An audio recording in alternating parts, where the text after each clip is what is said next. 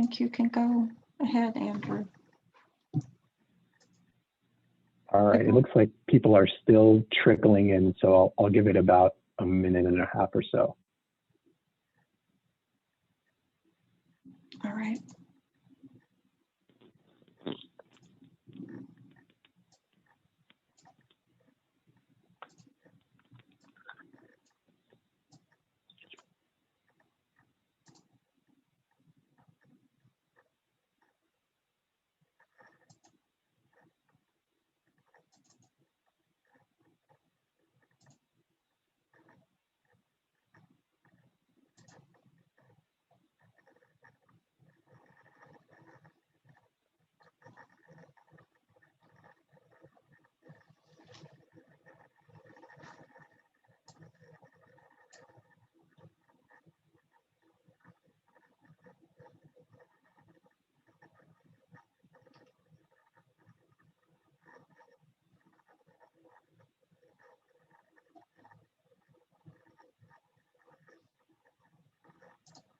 All right, we'll start in at 5:35. Jim. Okay.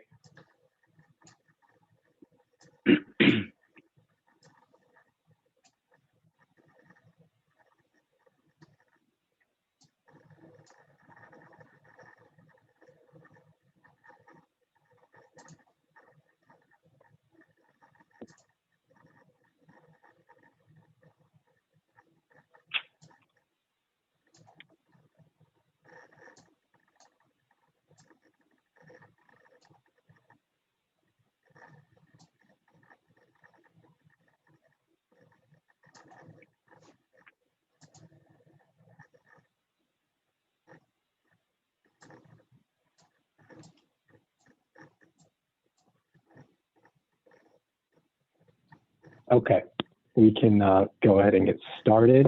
All right. So thanks for everybody for coming tonight to our OWM webinar, Cybersecurity Working from Home Best Practices, Tips and Tricks. And it's going to be paneled today by Jim. He's a managing partner at Guided Professional Solutions, and myself, Andrew, operations manager at Omega. Let's get started.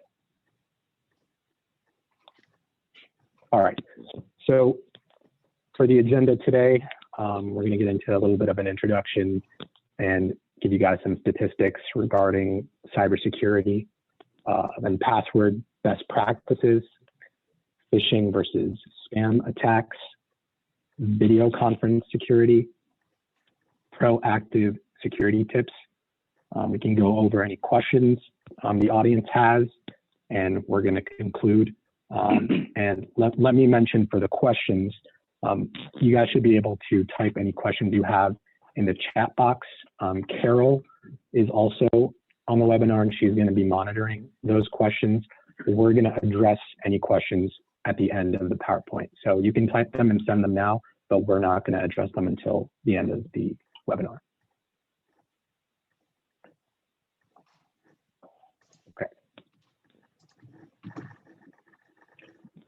So Jim is on the line with us. Jim, why don't you introduce yourself? Hi, everyone. My name is Jim LaPiedra, and I'm a financial advisor located in New York. I'm also a certified financial planner, and I have a practice with 6 other partners. My background, before I was a financial advisor, I served 20 years with the NYPD, retiring as a deputy inspector. So I was able to contribute a bit more around this topic to my advisory practice because of that background. And I'm here to assist with some of my experiences with Omega in this session. So this way you can walk away with some really good tangible things you can do starting today. Great. And hopefully most of the folks on the call know me by now. My name is Andrew Mahari. I am the operations manager, and I manage client service at Omega Wealth Management. I also provide compliance support and act as a technology point person for the firm. And if you read our newsletter, I'm in charge of the operations column where every quarter I try to get into tips and tricks around cybersecurity, antivirus programs, password management. So some of the stuff that you see in this webinar, you might have come across in previous newsletters if you've been keeping up with them. So let's just get right into it then, statistic-wise. So what does it look like for cybercrime right now? The damage-related cybercrime is projected to hit $6 trillion by this year. And sort of the big 5 statistical takeaways regarding cybercrime out there. Worldwide spending on cybersecurity is going to reach $133 billion by next year. 68% of business leaders feel that cyber risks are increasing. Data breaches exposed 4.1 billion records in the first half of last year. 71% of breaches were financially motivated, and 25% were motivated by espionage. 52% of breaches featured hacking, 25% involved malware, and 32 to 33% included phishing or social engineering. And some of the stuff mentioned in the big 5 that we just described here, we're going to get into in more detail in the webinar. So continue. This is another chart that we found online. So these are actually results from 2019, but they're still relevant. 5 need to know cybersecurity stats. So what are some other stats we can look at? 2 in 3 small and mid-sized organizations go out of business within 6 months due to a cyber attack. 91% of breaches start with an email. And we'll get into that a bit later as well. 4,000 ransomware attacks occur on average every day. 67% increase in security breaches have happened in the last 5 years.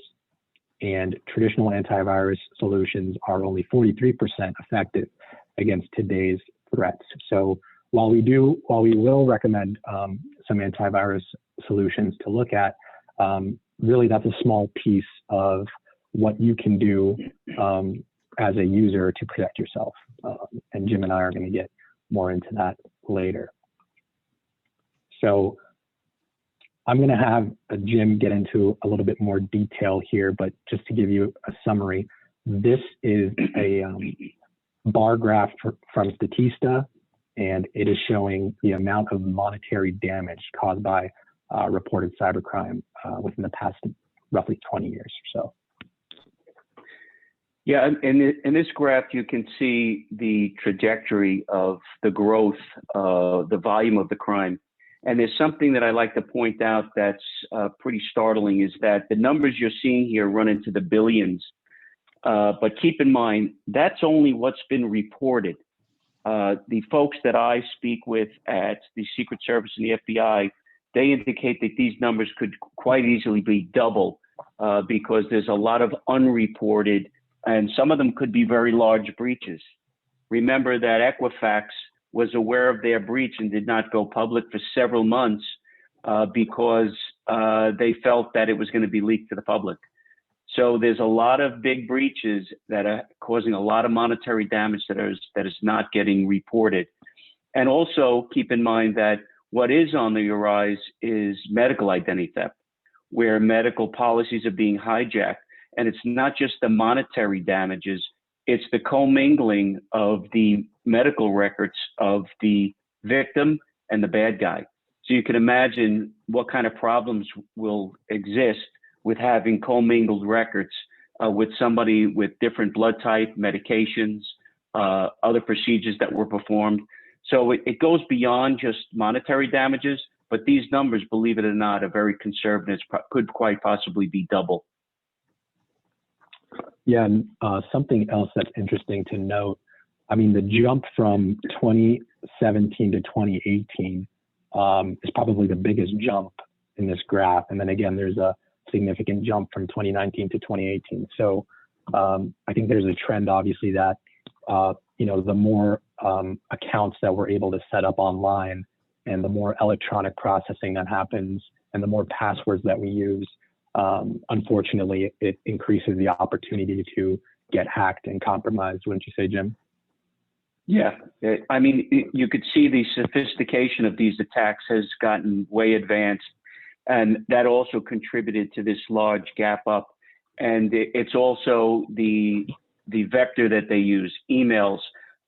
It's really around being more aware, because the simplest things that you can do would prevent it, and most people are not doing that. So the opportunity is great, and you could see just by the increases that we're seeing that the victims are experiencing some really big damage, and the threat environment has changed so much just over the past few years. Right. And here is a similar line graph this time, but this is showing the annual number of data breaches and exposed records in the U.S. from 2005 to the first half of 2020. And you'll see that millions of records exposed is in that darker blue, and the number of data breaches is in that lighter blue. And we're talking about millions. So yeah, Jim, did you want to? Yeah, when you total up these numbers, according to the Federal Trade Commission, we're now looking at records exposed are in the billions. And again, remember, that's only what's reported. And an interesting thing in this graph here, you could see the decline in 2020. And believe it or not, they believe we're right at the cusp of seeing a huge increase because of COVID and the lockdowns. A lot of IT security staff were overwhelmed with getting folks working remotely, so they weren't concentrating too much on logging and files. And they do know that there have been a lot of compromises that are not reported yet. So this is only because of the situation we've lived through 2020 and the dynamics that went along with the epidemic, and that being remote working and a lot of different technology being introduced. So we could quite possibly see a big spike in 2021. Right. And yeah, you bring up a good point with, the pandemic happening last year, and the work from home sort of plan of action around a lot of these companies that, typically work in large offices. I know I for sure noticed an increase in malware attempts via email from work.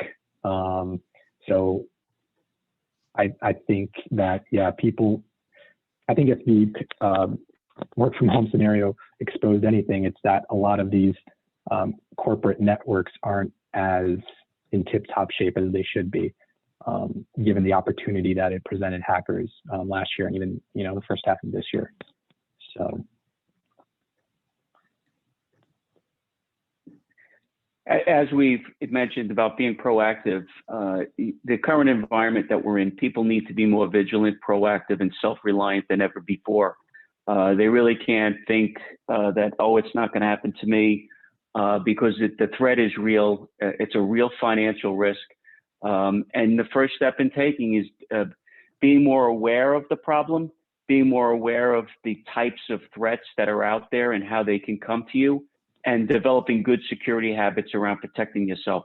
And that's what we'll cover in the next few slides about some things you could do. Many of these things you've already been told, you've read about them, you've probably been exposed to some training, but unfortunately, a lot of people don't do these simple things, just like developing strong passwords and a few other things that we'll cover.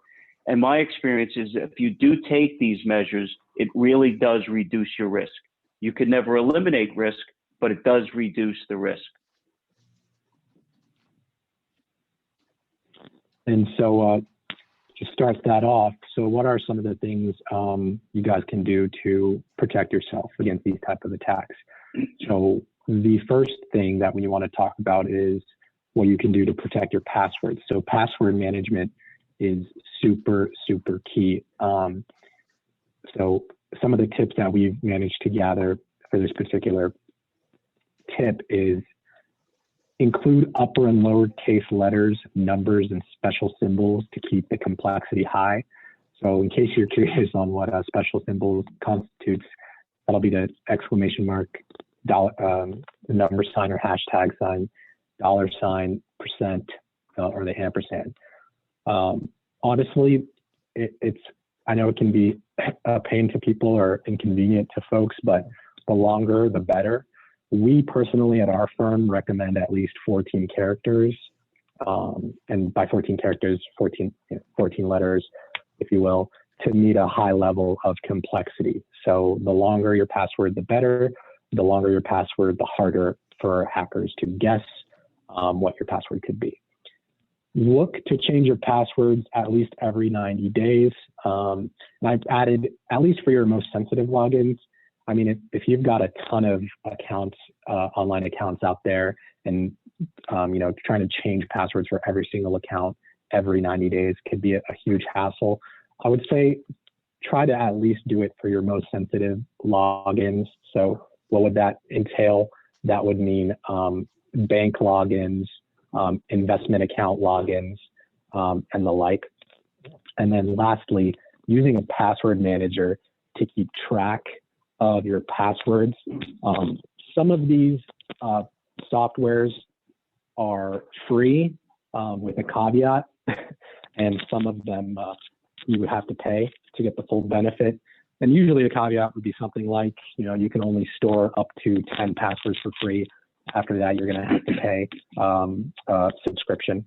But some of the ones that we recommend from Omega, LastPass seems to be really popular, and I have used it, so I can vouch for it. Dashlane is another one, and Keeper is another one. And in this slide, you can see I included their review scores from I believe it's the Google App Store, and they've all got great reviews, and they're consistently rewarded some of the best password manager apps out there. So Jim, I don't know if you wanted to add anything to what I said. Yeah, I think the length of the passwords, that's the weak link with folks developing passwords and using special characters. So instead of thinking of a password, think of creating passphrases. A short sentence that only you would know, something that's personal, and then you can mix up the special characters within that. It'll be a lot better. You can remember it than just a password. And make sure you use different passwords. I have some clients that when I would ask them about their passwords, they were using the same password for their email account, their banking, their brokerage, their insurance. And if they did change it, they were changing it by maybe a letter or a number or transposing numbers.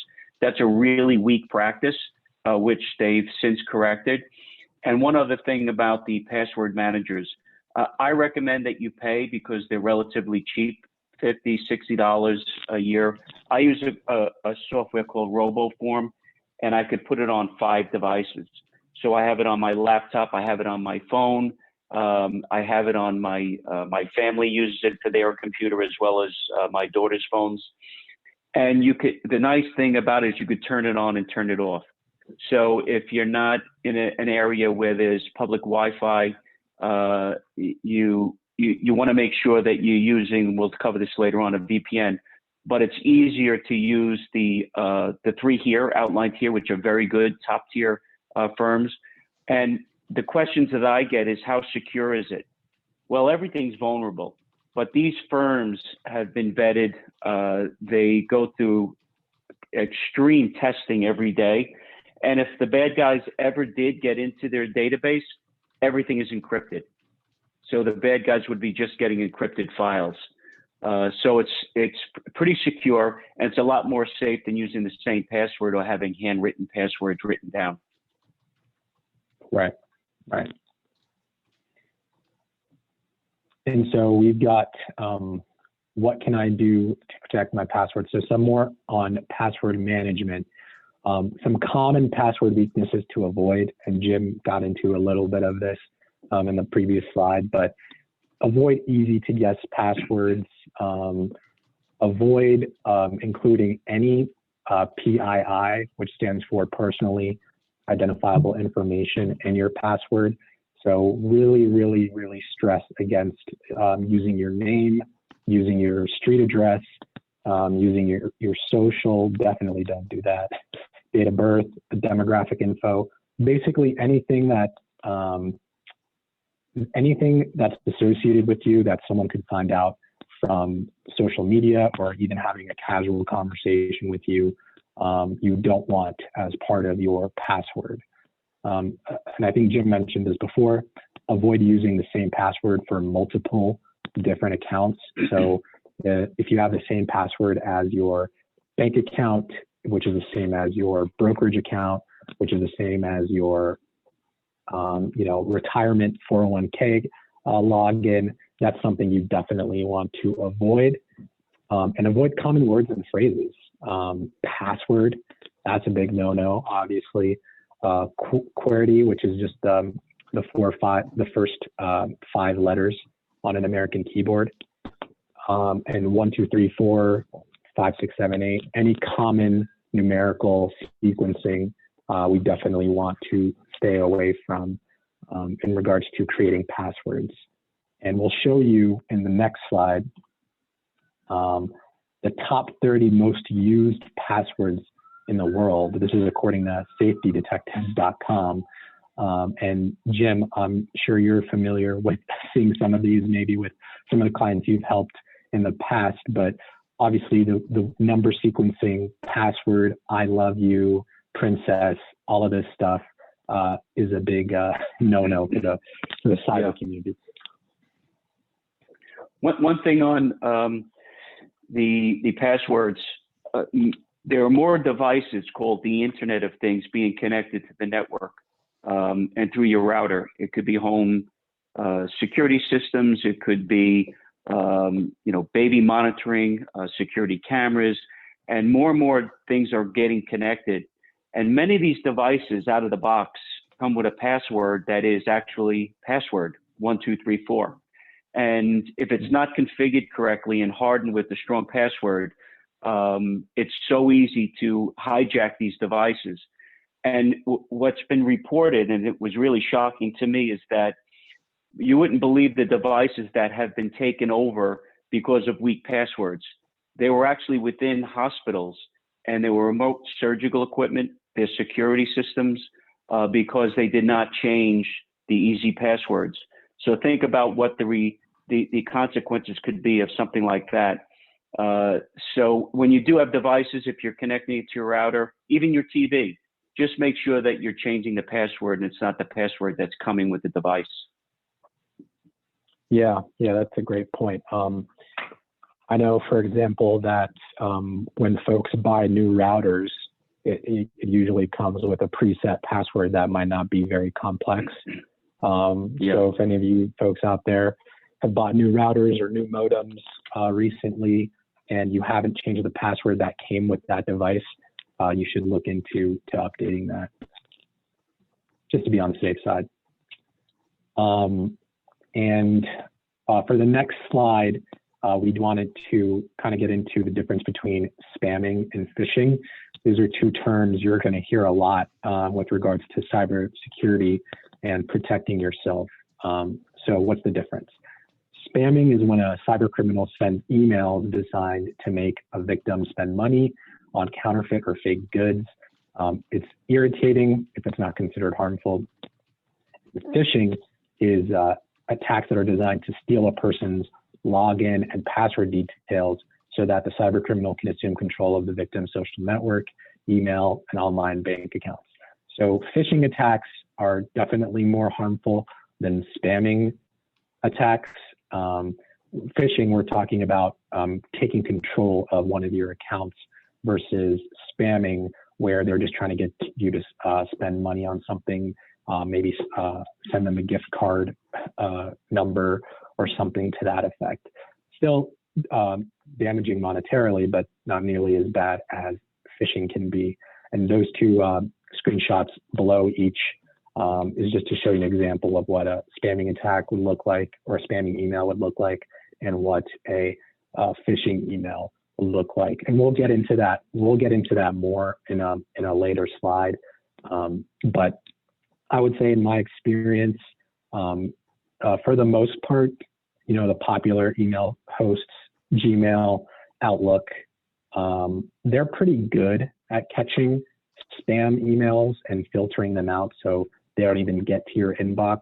But I will say phishing can be harder to catch depending on how legit the email looks. And we'll get into dissecting a phishing email later in the PowerPoint. But Jim, I'm not sure if you want to add anything here real quick. I think in your next slide I'll add, but here, keep in mind it's not just email. Most of you on the call probably have gotten the text messages that have come up recently, and some of them look pretty legitimate. The algorithms that the bad guys use, they're able to track to see what bank you may be using that you have a relationship with. So instead of getting something from Bank of America and you don't bank with Bank of America, you bank with, let's say, Citibank.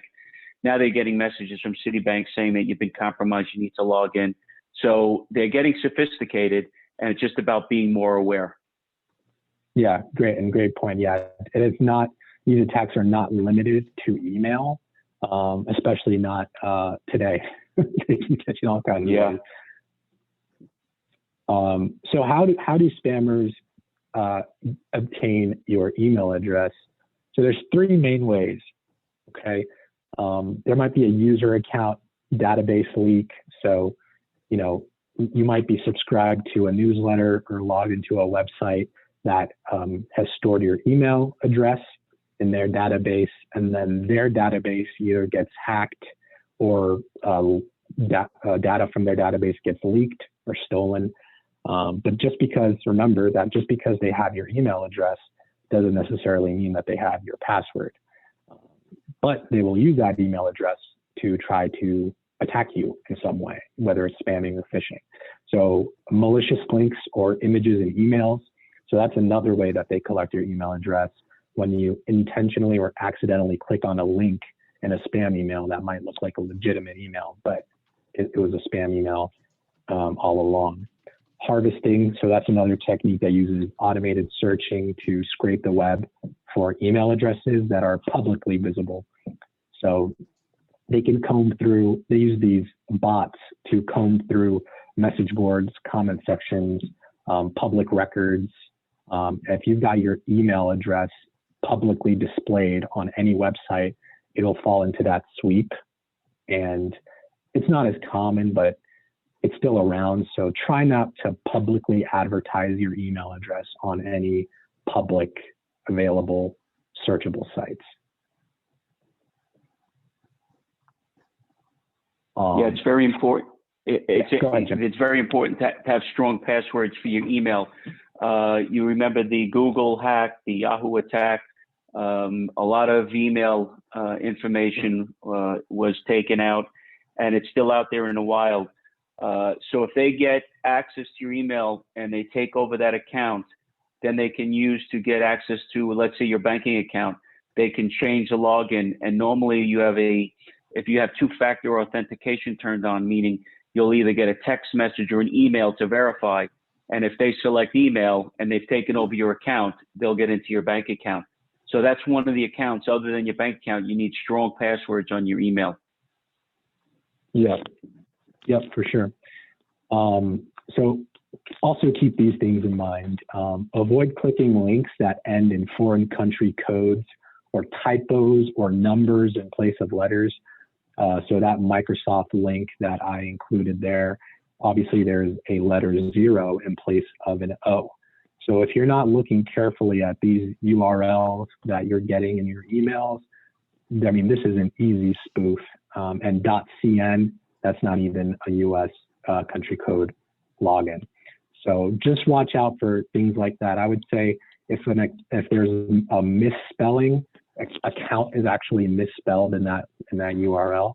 If there's a misspelling, if there's a foreign country code, there's a number in place of a letter, anything that looks kind of fishy, chances are it is. Don't click it.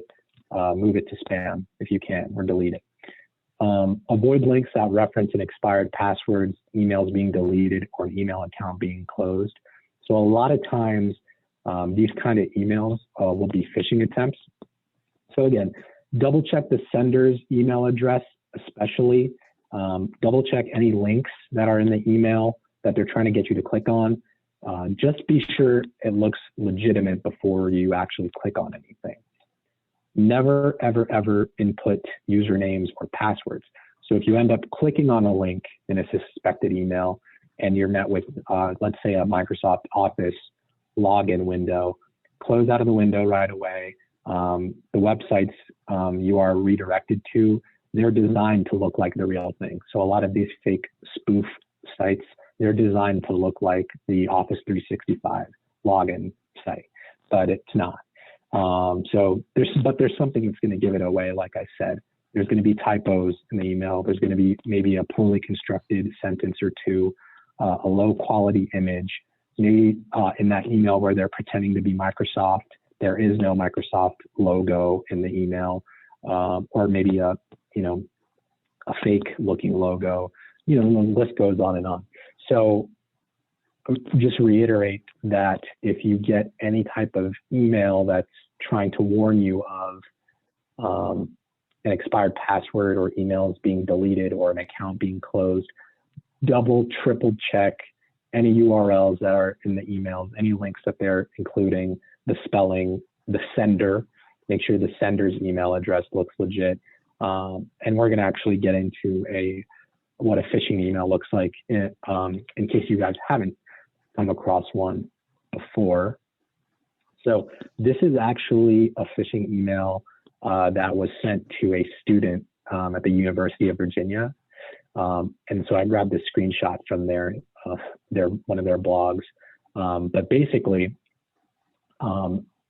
somebody was trying to hack a bunch of students by sending them this spoof email asking them to log into their student account using this link, when in reality, this has nothing to do with UVA. So some things I just want to point out before I pass it off to Jim. You can see in this, in circle number 3 here, or box number 3, the sender's address is a bunch of numbers in a row, and it's ending in .eu, so that's a foreign country code, and it has nothing to do with a UVA's website address or their school name or anything. So that's a big giveaway right there. Another giveaway. So in the circle number 1, your UVA computing ID password will expire soon. So just be wary of any emails that are telling you that something will expire soon, or you'll lose something, or something is getting deleted. Just double, triple check. This link here in this 4th circle, you don't actually have to click on the link. You can just hover over it to see that net badge link is actually a whole other link entirely. So if that person actually clicked that link, they would go to this website, which is probably going to be a spoof version of UVA's net badge portal for their students. So just some things to watch out for as you're getting emails that have some sort of urgency, or they are trying to really get your attention, and they're trying to get you to log in somewhere, or provide payment information, or provide personal information. It could look, without these red circles in this email, you might think that this is a legitimate email. But what we've circled is just some of the things that you should watch out for before you click on any links or log in anywhere. Jim?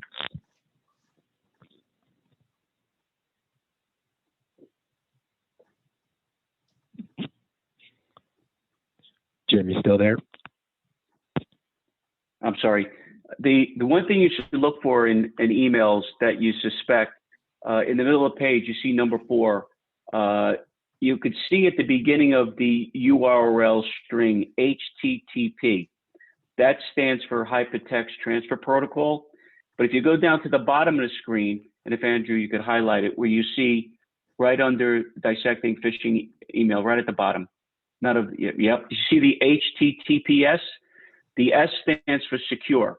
That means you have a secure link that's encrypted between the endpoint and your device. So if you suspect an email and it doesn't have a lock icon or the HTTPS, do not click on it. And one other item, and it's pretty simple. The old phrase is guilty until proven innocent. Well, you should look at emails today and text as guilty until proven innocent. So instead of innocent until proven guilty, look at these texts and these communications as guilty until they're proven innocent by taking these steps. And in doubt, just don't click on it. Verify if it's coming from a source that you think is legit. Don't click on any links. Just go to the source yourself from, a reputable either phone number or email address. Yeah. And yeah, guilty until proven innocent. For I'll just reiterate that for any of these communications that you guys are getting that look like they are coming from a spammer or a phisher. And I'll just reiterate again, a lot of these links within the bodies of these emails can look legitimate. If that's the case, always check the sender's address. If you see a bunch of letters and numbers and foreign country codes, more often than not, it's a spam attempt. So just be careful. So what else can we do to make sure we are avoiding falling into these spam and phishing traps? Make sure you are resetting your password, especially if you log into a website from a malicious link sent to your email. You want to change your password as soon as possible. If you are changing your password, or when you change your passwords, make sure they're completely different from ones that you previously used. And like we said in previous slides, try to utilize at least 14 characters. If not, go with a passphrase. So a passphrase, like Jim mentioned before, is just a sentence that only you would know. And you can make that sentence your password. The longer, the better. And an additional thing that you can do, and I think Jim touched on this earlier, is you can enable two-factor authentication. So all that does, if you guys are not familiar, it will send a code either to your email or your mobile number before you can get logged in from any machine that's not recognized by the website. So you're probably not going to run into two-factor situations when you're using your home computer, but if you're traveling, or maybe your investment advisor is helping you with your brokerage website from a different computer, in that case, that would trigger a two-factor situation. And that code would be either, like I said, texted to you or emailed to you, and then you would need to retrieve that code to get logged in.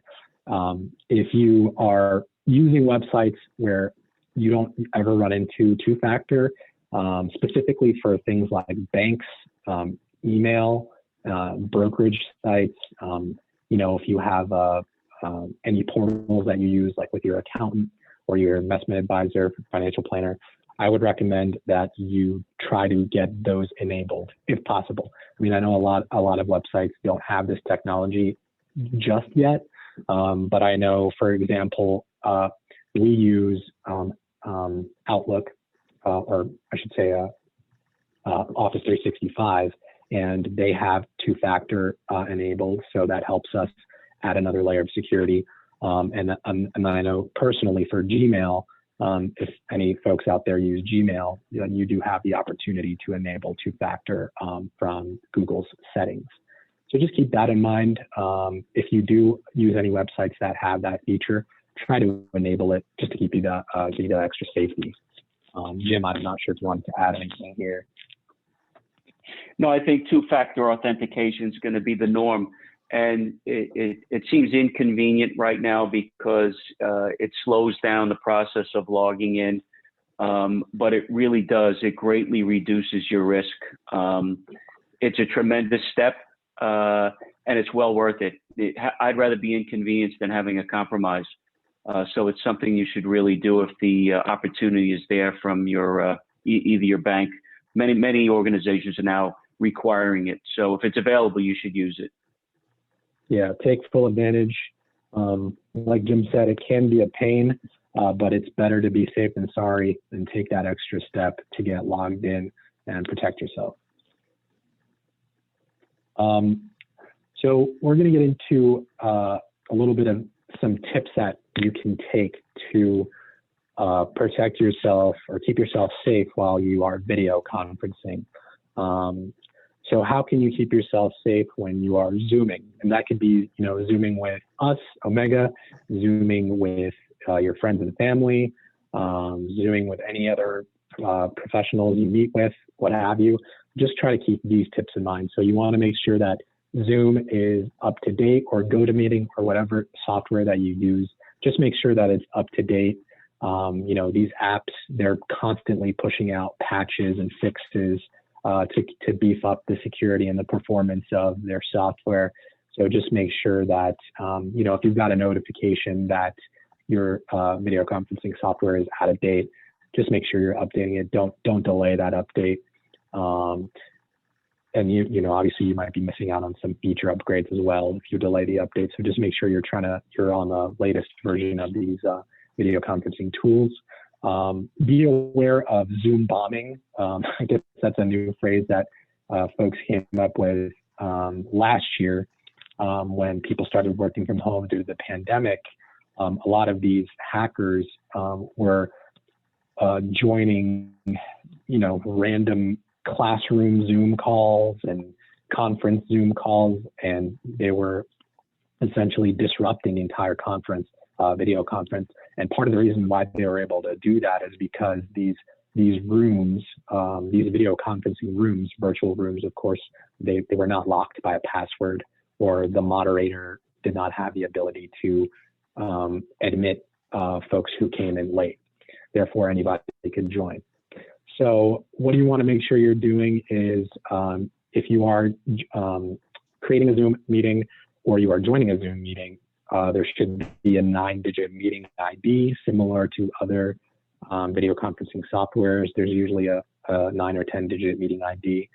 Try to prevent that ID from being public. That's how trolls and hackers can find it. So keep it within your email or whatever you need to do. And consider making your video conferencing meeting password protected, and include the passcode in the invite you send to attendees only. And just some general Zoom tips here for your typical Zoom meeting. You'll want to make sure the waiting room is enabled. And again, having the waiting room enabled will make sure that you can see who all is joining the meeting, and you can admit them or reject admitting them if there's somebody that's not on your list. So keep that in mind. A waiting room is a feature. You can lock your meeting once all the participants have joined, so nobody can come in late. And this will prevent anyone else from joining the meeting uninvited. To absolutely lock down a meeting, make sure participants need a password to access it, like you mentioned before, to prevent Zoom bombing. Choose the password required option when setting up a meeting, and then you can obviously, if you are the one that's setting the meeting, once you enable the password, you can choose a customized password to your liking. And I'll let Jim take over for some more proactive security tips we all can take. Great, thank you, Andrew. These are good security tips, or I like to call them habits. And many of my clients, I'll share these tips with them, and many of them have changed their habits. The first one is reduce what you carry. I find many people are carrying way too much as far as PII, personal identifiable information, or carrying too many credit or debit cards. Reduce what you carry in your purse or your wallet. So this way, if it's lost, it's not only the hassle of replacing them, but the folks that could get access to that credit card, you're going to minimize it to maybe 1 or 2. Shredding is very important. You should have a shredder, and you should shred documents, not just rip them up. You'd be surprised how many people don't even do that. They just discard brokerage statements, banking statements. And I recommend that you put the shredder where you normally open your mail, because if it's not there, some people, they'll tend to just throw out the item. And go paperless. I get questions on whether it's safe or not. Believe it or not, hard copies delivered in the mail are more vulnerable to mail theft, which is on the rise. So going paperless is the safest way to go. And whatever documents you need, with either a bank or a company you're dealing with, they all have those records. So you don't need to store those records. You can shred them. And it's important to note also with shredding, the bad guys are actually going around and they're stealing paper recyclables in front of residential homes. And they're finding the pre-approved credit offers, the statements. It's a treasure trove for the bad guys. So it's important that you do shred because they are going and they are taking these documents and opening up accounts. So be aware of that. Review your credit reports. Most people know under federal consumer protection laws, you're allowed to look at your credit reports for free every 12 months. It's not annually. It's on a rolling 12-month period. But you should also be looking at your specialty consumer reports. And that's your background report. LexisNexis is the largest data storage company in the world. They have billions of records. And you would be surprised at the information they would have on you. So you're allowed to look at your background report, your rental history, check writing history, your property loss claims, insurance underwriting. And I've incorporated all of that into what I call the ID checkup for my clients. I can give them a tool, they could do it themselves, or I could do it with them. And folks that are on this call that are interested, my contact information is at the end. You can reach out to me and I can walk you through how you could do that. You should do that at least once a year because items that might not be showing up in your credit report could be in a specialty consumer report. And it's not just fraud, it's errors as well. I had a client that had folks renting in Texas and in California. He lives in New York and it was not showing up on his credit report. So we were able to get that resolved. So it's important that you do a review of these documents at least once a year. You should also opt out of pre-approved credit offers. And you can go to this website, www.optoutprescreen.com. And you'll have an option to do it for 5 years or permanently. I recommend you do it permanently because you're not expecting these mailings to come to you. But the bad guys know they're the prime target that they could pick out these pre-approved credit offers. So it won't reduce all of the junk mail because if you have a relationship with a bank or a credit card company, you'll still receive their mailings, but it'll stop the unsolicited ones. And it's a great benefit. I recommend that you get activity alerts placed on your credit cards, all of your cards, even the ones you're not using. And I recommend getting any activity because the bad guys will test that card with a small charge of $1 or $2. It's free. You just call the customer service number on the back of the card or go to their website. Discover is very good. American Express is very good at doing that. So it's real-time monitoring and it's free. And it really does go a long way with these activity alerts. You could go to the next slide, Andrew. Great. Now, here's something that you may be familiar with. It's a virtual private network, or known as a VPN, and you can Google VPN. Another inexpensive tool that you can get, and you could have it stored on your mobile device, your cell phone, your laptop, your computer, and like I mentioned earlier, you could turn it on and turn it off. So if you're in a hotspot in a public Wi-Fi area, never use a public Wi-Fi or a kiosk, let's say in a Starbucks or an airport or a hotel. Hotels are notorious for having sniffers and bad guys in the lobby or compromising their routers in the hotel. Their passwords are easy to crack. So it's very important if you're traveling to protect yourself. And having a VPN, if you're at you're traveling, you're doing business with your bank, you could turn on the VPN, which then makes all the information that transferred to the entity encrypted. It's a great tool. It's inexpensive. If you Google VPN services, it's very easy to download, just like an app. And then there's tutorials, which are very straightforward. And it's a piece of software that I think is essential, especially if you're traveling and you're using public Wi-Fi. Here, software updates. I know people like to put it off. They'll get the notice it's time to update, your operating system or your browser or your antivirus, and many times you put it off because you're busy. But the sooner you do it, the better, because many times these updates, and they won't publicize this, they have security patches, and they're not going to go public if they've uncovered a vulnerability in-house. They're going to get that patched. They don't need to go out to the public saying, hey, we've got a vulnerability, but they'll put it in a service patch, possibly mixed with other updates. And many times security patches are in these updates. So it's important that as soon as you do get these updates, that you take advantage of it and you do it right away. And the last item is back up your files regularly on the cloud or even on an external hard drive. If you're a business person, if you have a small business, at the end of the day, we back up our files, and once a week, we back up our files on an external hard drive that's removed from the office and secured in a safe.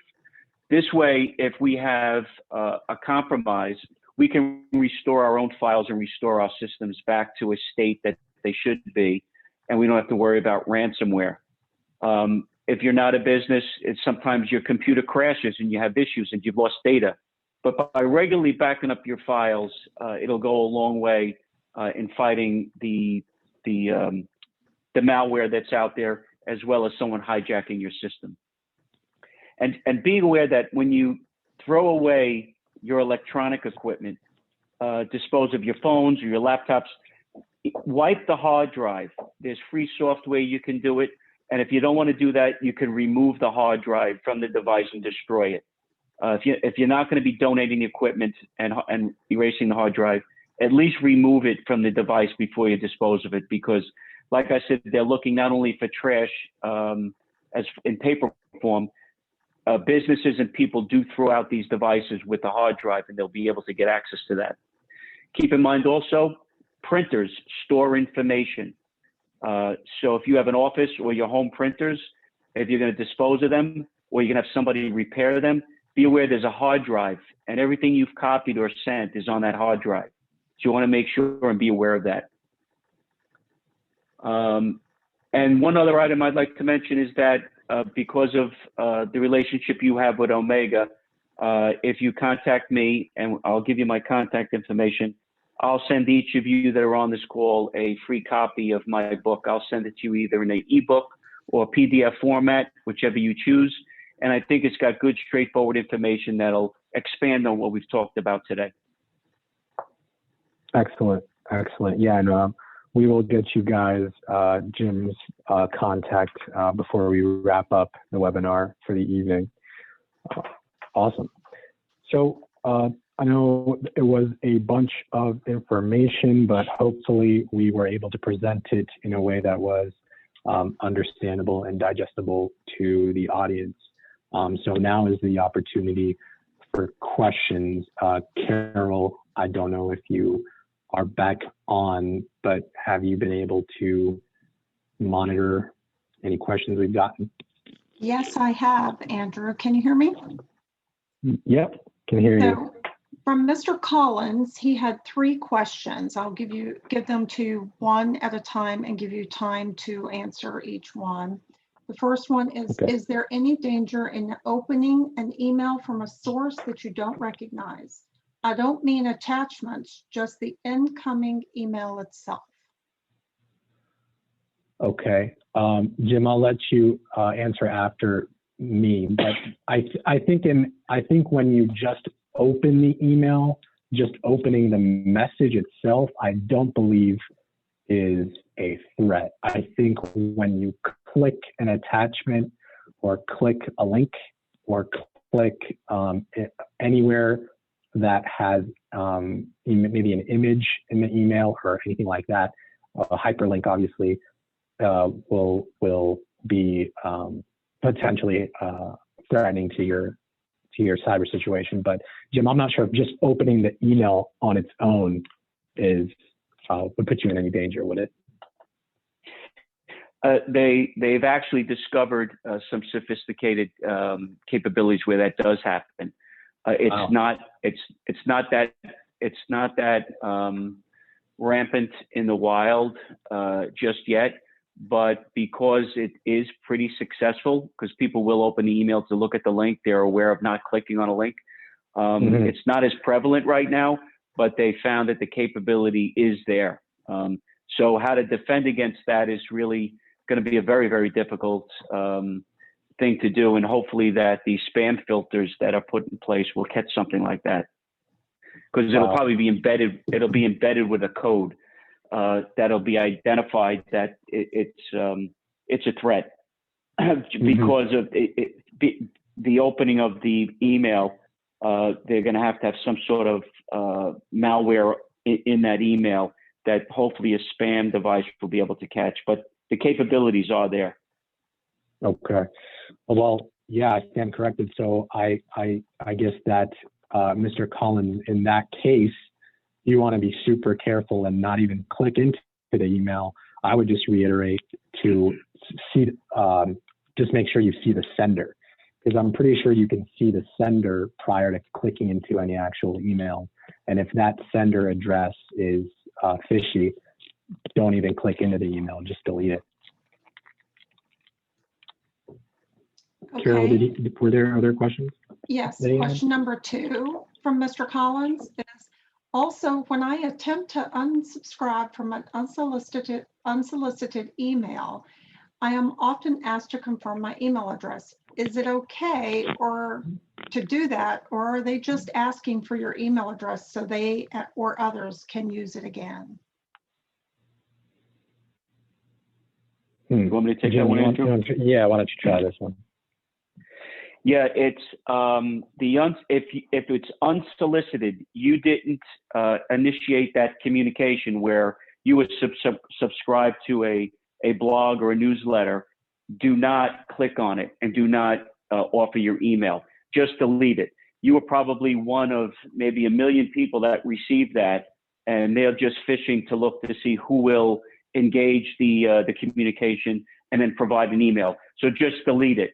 The unsubscribe of the subscriptions that you are aware of and you're active in, you don't have to worry about. But if you're doing that, they'll never ask for your email. You're unsubscribed and it'll go to a site and they'll say, do you want to unsubscribe from all communications permanently? And you say yes, but they won't be asking for your email. If they do, be suspect and don't give it, just delete it. Great. All right, his third question is, can one device be used to get into other devices? The Internet of Things. Yeah. This is how they do it. If your router, if they get access to your router and they get a device, and many times the malware may come in from using Wi-Fi on your phone. Your phone now gets connected to your router, and now your router gets compromised.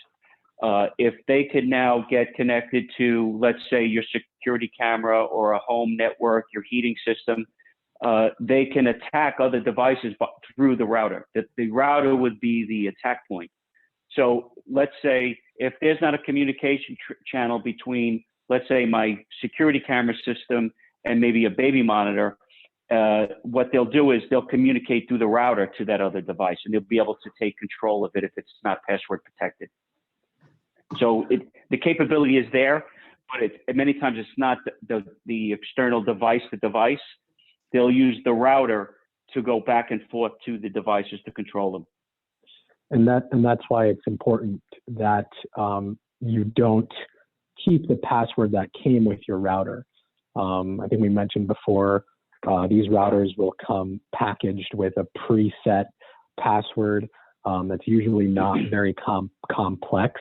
If you guys have devices in your homes, external devices that are connected to a router, such as your phones, if you've got an Amazon Alexa or Google Home device, or even, smart TVs these days can connect to routers, just make sure your router password is as strong as can be. Because like Jim said, if somebody's trying to hack devices within your home, the starting point is going to be the router. So as long as your router, has a sophisticated password and it's secure, I think you'll be better off.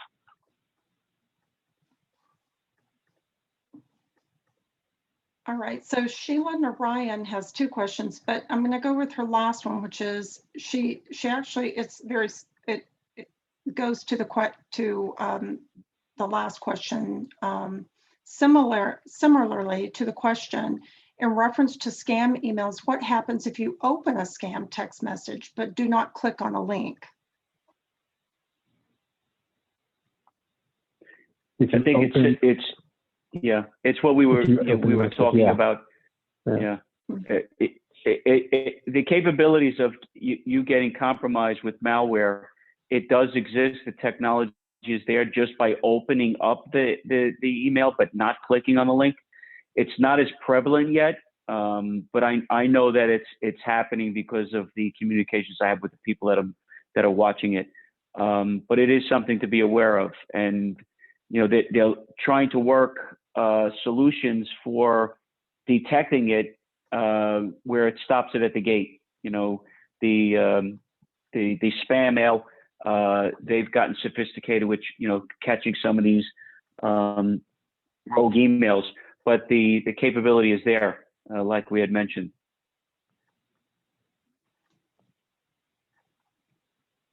Sheila's last question was in reference to the password apps. Have any of the password apps been compromised? Jim, are you aware of them? No, none of the top ones you saw. If there were, they're going to be not that they're not as useful, but the free password managers do have vulnerabilities. They don't update as much, and they're free for a reason. They're relatively cheap, so make sure you get a top tier password manager, the ones that were highlighted in this program. 1/3 one I use is RoboForm, but you can you look at those top three because they are rated the highest, and even Consumer Reports rate them pretty high.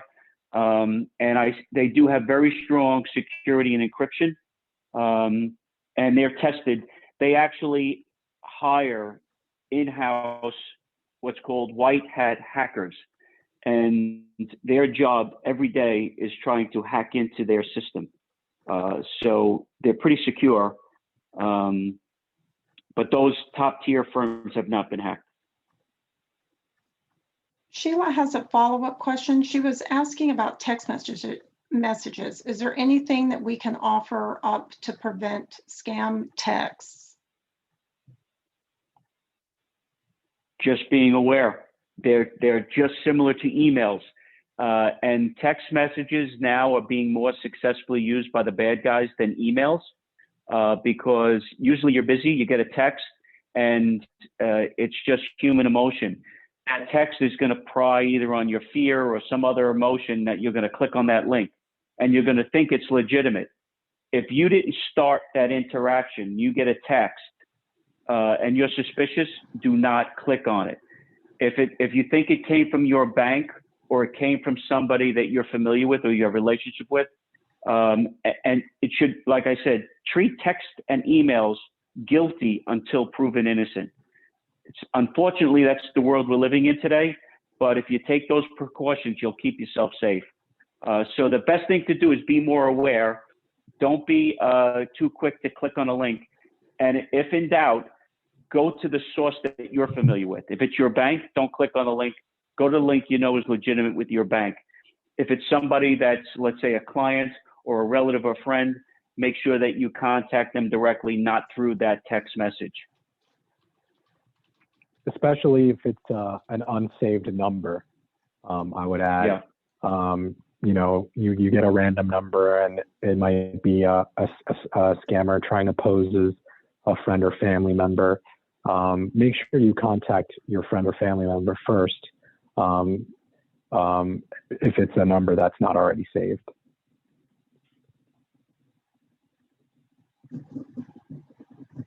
And that's the last question. Awesome. All right. Thank you, Carol, for handling that for us.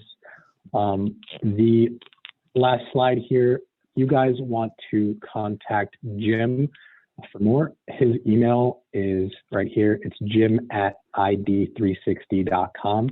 And if you do contact him, he will also provide you with that free booklet with some of the tips and tricks that we talked about today included, some helpful things that you can do to protect yourself. And it is a free booklet, I believe he mentioned. Jim, did you want to mention anything else? No, it's actually a book. It's Identity Lockdown. It's a book. Oh, okay. Your step-by-step guide Gotcha. to identity theft protection. Excellent. And it's got some good information on this, particularly with the ID checkup. And if they want information on the ID checkup, they can contact me as well. Perfect.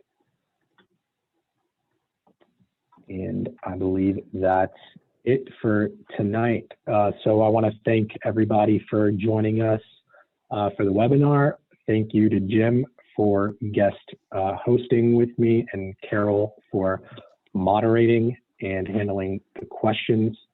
Unless you had anything else, Jim or Carol, I think we can end it here.